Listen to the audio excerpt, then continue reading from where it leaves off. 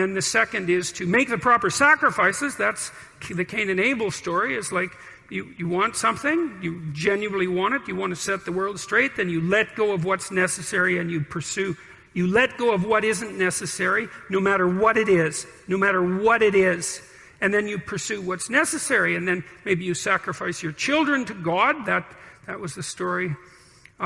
That's one of the next stories that comes up, of course. And you think, well, that's pretty damn barbaric. And the way the story's laid out, of course it is. But that isn't exactly what it means. It means that what you try to do when you raise children is that you try to do everything you can to impress upon them by imitation and by instruction and by love and by encouragement that they are crucial beings in the world whose ethical decisions play an important role in shaping the structure of reality itself, and that they have the moral responsibility to do that. And you get your ark in order, that's your family, let's say, so that when the storms come, you can stay above water for the 40 days of flooding, and you're capable of leading your people through the desert when the desert makes itself manifest, and you can escape from tyranny properly because you're wise enough to see it, and you take the full burden of being on yourself, all the suffering that's part and parcel of that. You accept that voluntarily,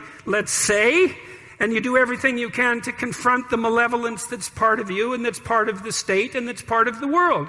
And you make a garden around you. That's the paradise, a walled garden. It's a walled, well-watered place, so the forces of nature and society exist together in harmony, and you place your family in that so that they can live properly. And you treat your enemy as if he's yourself, and the same with your brother.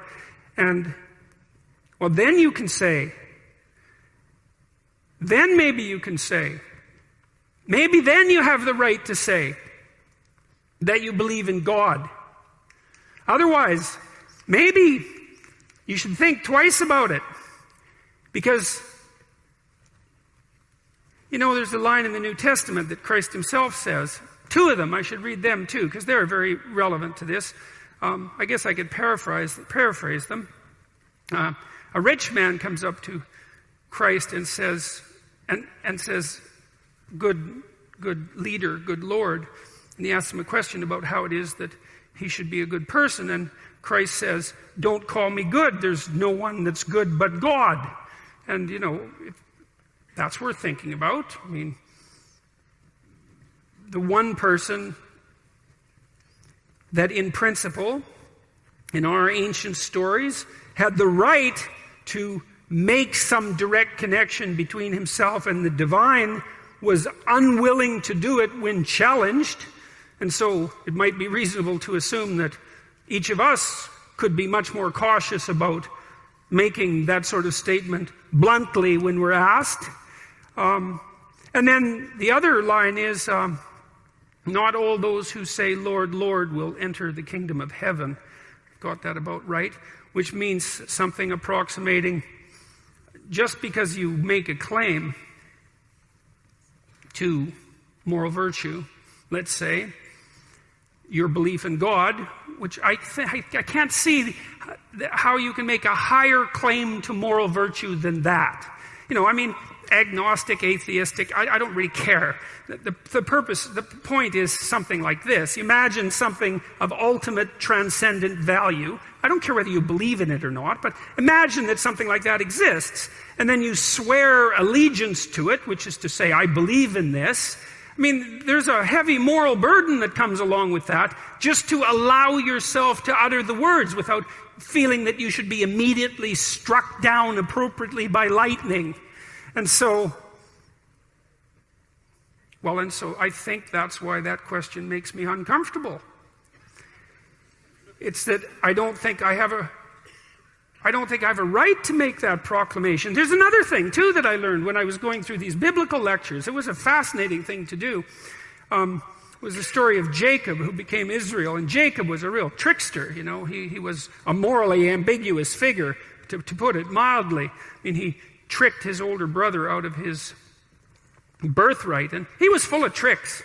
And he had a lot of tricks played on him, too, and maybe learned something as a consequence. Anyways, after running away from his brother, who had murderous thoughts, and for good reasons, for about 20 years, maybe it was only 14, but doesn't matter, it was a long time. He decided that he would go back and try to make peace. And he came to this river. He sent his family across the river along with his belongings, and partly as an offering to his brother, a peace offering. And he had a dream, visionary experience, hallucination, God, who knows what it was. And he dreamt that he wrestled with an angel all night, and that the angel was God.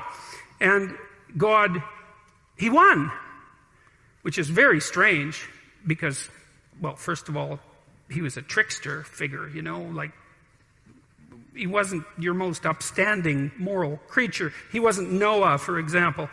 And second, well, it was God, It's like, if you're going to wrestle with someone and lose, there's an opponent that's likely to take you out. And he did damage his hip. Which isn't not that impressive an accomplishment on God's part, in my estimation. But and it's a very interesting story, because what it does indicate, what's so cool about it, you see, Jacob's name is changed at that point to Israel. And Israel means those who wrestle with God. And that blew me away. That's one of the things I love about studying old stories, is now and then you come across a piece of one, and you see into it. You see down into the depths that characterizes it. It's very difficult, but it happens sometimes. And it just flattens you. To think that if Israel is the chosen people of God, that's the hypothesis, and what Israel means is those who wrestle with God, then think that seems to me to be such a hopeful idea, because, well, everyone does that to some degree. I mean, you do that in your life because